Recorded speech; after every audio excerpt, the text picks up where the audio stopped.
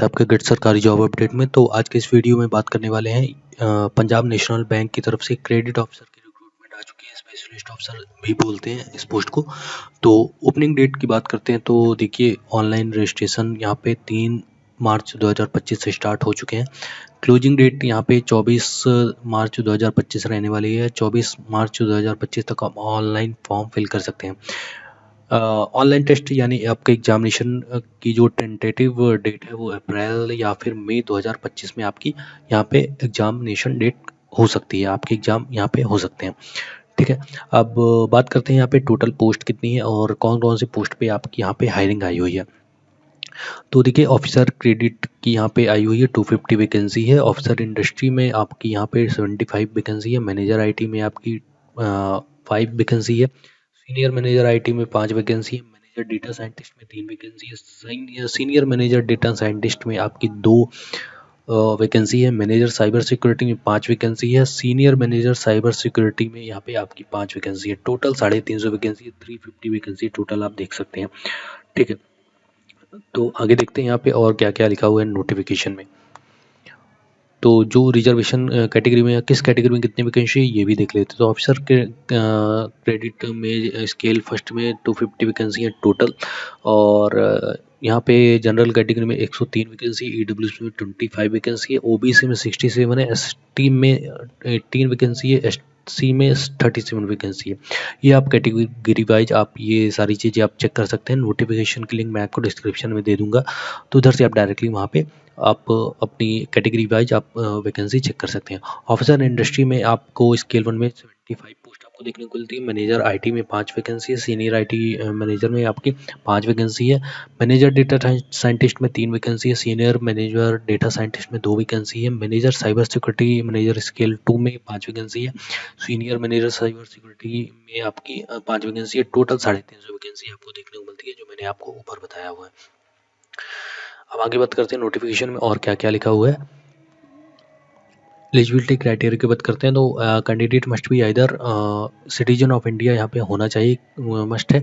और subject of Nepal, subject of Bhutan, Taiwan refugee who came over to India 1 January 1962 with the intention of permanently setting in India. यानी जो भी candidate यहाँ पे बाहर से बिलोंग करते हैं नेपाल और भूटान से, तो यहाँ पे कुछ कंडीशन लिखी हुई है।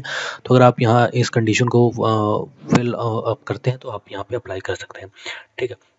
अब बात करते हैं आगे। और यहाँ पे लिखा हुआ है कि एज और एजुकेशनल क्वालिफिकेशन सबसे नीचे आपको अनेक्शर 1 में आपको देखने को मिलता है। तो चलिए अनेक्शर 1 पे चलते हैं। तो अनेक्शर 1 पे आपको एज और क्वालिफिकेशन की यहाँ पे आपको डिटेल में देता हूँ।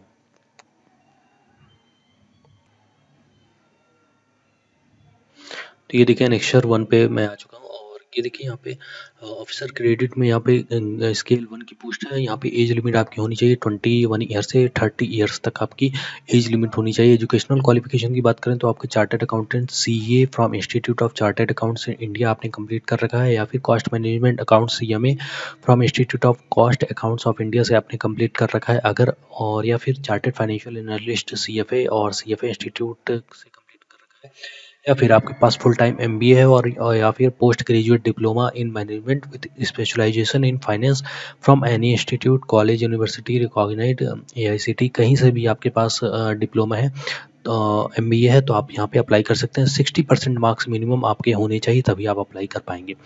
अब मैंडेटरी की बात करें तो यहाँ पे नहीं लिखा हुआ है, यहाँ पे जो सर्टिफिकेशन लिखा हुआ है वो मैंडेटरी नहीं है। अगर आपके पास certificate in credit risk financial analysis और any other relevant banking certification है आपके पास तो ये भी वेल एंड गुड है। मैंडेटरी नहीं है, बट अगर आपके पास है तो वेल एंड गुड है, ठीक है। पोस्ट एजुकेशनल क्वालिफिकेशन मैंडेटरी नहीं है यहाँ पे। वर्क अगर आपके पास वर्क एक्सपीरियंस है तो यहाँ पे आपके लिए भी बेनिफिशियल है, बट यहाँ पे मैंडेटरी नहीं है। जॉब रोल्स आपके क्रेडिट वर्टिकल्स रहने वाले corporate branches, state finance centres, finance division, corporate credit division, MSME, MCC division में आपके यहाँ पे जॉब रोल्स रहने वाले हैं। आप बात करते हैं यहाँ पे ऑफिसर इंडस्ट्री कैटेगरी में। तो आप सर इंडस्ट्री कैटेगरी में अगर आपने यहाँ पे फुल टाइम डिग्री बीटेक कर रखा है सिविल से, electrical, mechanical, textile, mining, chemical, production, metallurgy, electronics and communication, electronics and telecommunication, या फिर कंप्यूटर साइंस, इंफॉर्मेशन टेक्नोलॉजी, से आपने ग्रेजुएशन कर रखा है, BE BTech कर रखी है किसी भी इंस्टीट्यूट से, AICTE अप्रूव्ड किसी भी इंस्टीट्यूट से आपने 60% मार्क्स के साथ अगर आपने ग्रेजुएशन कर रखा है तो आप यहाँ पे अप्लाई कर सकते हैं। एज की बात करते हैं तो एज यहाँ पे आपकी 21 ईयर्स से 30 ईयर्स आपकी रहने वाली है। Any additional qualification related to industry analysis और finance would be considered an advantage. तो यहाँ पे ये एडवांटेज होने वाला है अगर आपने इंडस्ट्री से कहीं से भी आपने एडिशनल क्वालिफिकेशन कर रखी है और finance would be consider as an advantage, तो आपके लिए यहाँ पे एडवांटेज होने वाला है। ठीक है, और यहाँ पे एक चीज़ और लिखी हुई है कि in above cases were MBA और PGD mentioned age criteria for educational qualification following guidelines will be applicable. तो MBA और PGD के लिए यहाँ पे कुछ गाइडलाइंस है तो उसको पढ़ लेते हैं। Course is required to be 2 years. MBA किसी ने भी कर रखा है, PGDM कर रखा है तो आपकी ड्यूरेशन 2 साल की होनी चाहिए कम से कम। Course should be full time course होना चाहिए। कोर्स कंप्लीटेड तो correspondence part time distance mode will not be consider. अगर आपने पार्ट टाइम MBA कर रखा है तो यहाँ पे वो कंसीडर नहीं किया जाएगा। ठीक है, इनके of major minor specialisation major specialisation should be in the field prescribed for the post. ठीक है, तो ये सारी कुछ यहाँ पे कंडीशंस लिखी हुई है जिन्होंने MBA कर रखा है तो कम से कम 2 साल का आपका MBA होना चाहिए और आप पार्ट टाइम आपका MBA नहीं होना चाहिए, फुल टाइम MBA होना चाहिए। ठीक है, अब देखते हैं मैनेजर IT के लिए यहाँ पे एज लिमिट क्या है। 25 ईयर से 35 ईयर से आपकी एज लिमिट होनी चाहिए। यहाँ पे फुल टाइम BTech अगर आपने कर रखा है कंप्यूटर साइंस से, इंफॉर्मेशन टेक्नोलॉजी, इंफॉर्मेशन साइंस और फुल टाइम MCA आपने कर रखा है तो आप यहाँ पे अप्लाई कर सकते हैं। मैंडेटरी यहाँ पे है जेन AI AIML सर्टिफिकेशन कुछ है यहाँ पे लिखे हुए हैं तो ये सर्टिफिकेशन इंपॉर्टेंट है। ठीक है, किसी भी प्लेटफॉर्म से आपने कर रखा है such as Coursera, Udemy, ETC training provider such as AWS Azure, यहाँ से भी अगर आपने का सर्टिफिकेशन कर रखा है तो ये भी आपके पास मैंडेटरी है। ये अगर आपके पास है तो अप्लाई कर सकते हैं आप।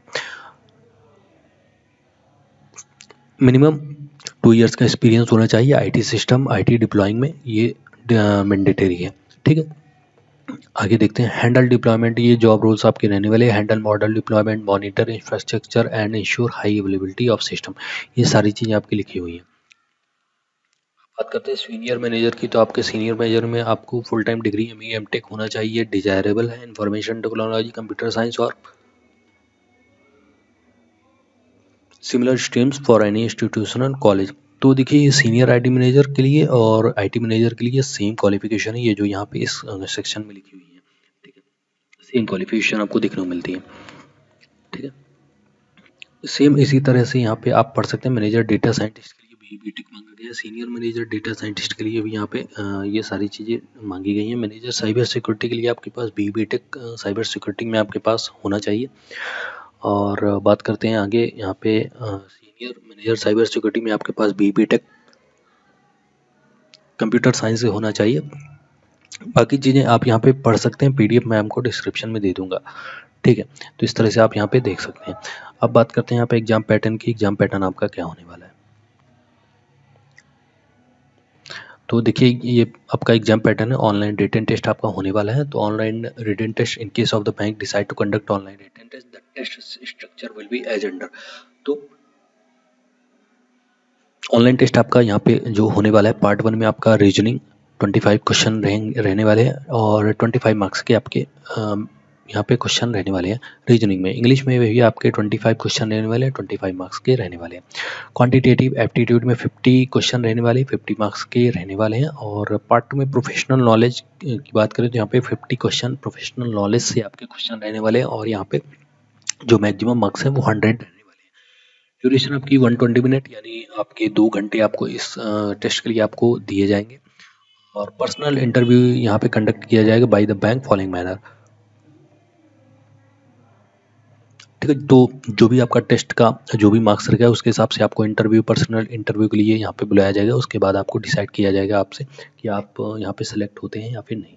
ठीक है, पर्सनल इंटरव्यू यहाँ पे देखिए लिखा हुआ है personal interview will be 50 marks. 50 marks का आपका यहाँ पे पर्सनल इंटरव्यू होने वाला है।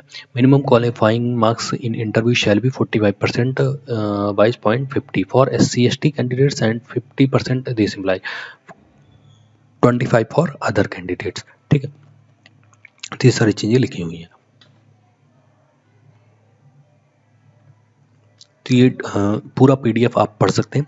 एग्जामिनेशन सेंटर की बात करें तो एग्जामिनेशन सेंटर आप देख सकते हैं आपके स्टेट से कहाँ पे है आपका एग्जामिनेशन सेंटर, ये सारी डिटेल दी हुई है, तो ये आप देख सकते हैं। मध्य प्रदेश की बात करें तो मध्य प्रदेश में आपको एग्जामिनेशन सेंटर भोपाल, ग्वालियर, इंदौर, जबलपुर, उज्जैन में आपको एग्जामिनेशन सेंटर मिल जाता है। महाराष्ट्र की बात करते हैं तो मुंबई, नवी मुंबई, ठाणे, एमएमआर, नागपुर, नासिक, पुणे, कोल्हापुर में आपको एग्जामिनेशन सेंटर देखने को मिलता है।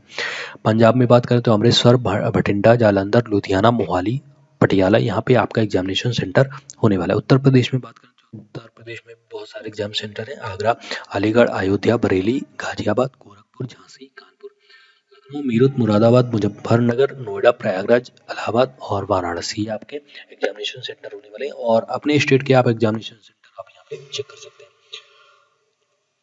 इस तरह से यहाँ पे देखने को मिलता है आपको एग्जामिनेशन सेंटर। अब बात करते हैं एप्लीकेशन फीस। आपकी एप्लीकेशन फीस कितनी रहने वाली है?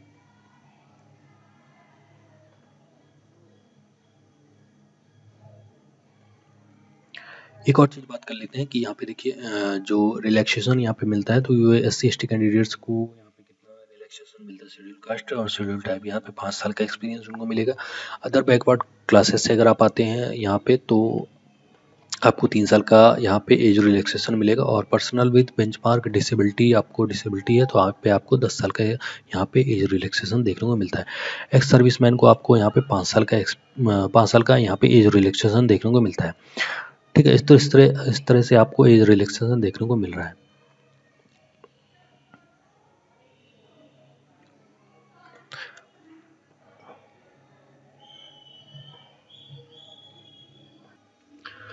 तो देखिए दोस्तों, यहाँ पे एप्लीकेशन फ़ीस की बात करें तो यहाँ पे SC/ST PWD कैंडिडेट्स के लिए यहाँ पे ₹50 आपकी एप्लीकेशन फ़ीस लगने वाली है और प्लस GST, यानी टोटल आपकी ₹59 आपकी एप्लीकेशन फ़ीस लगने वाली है।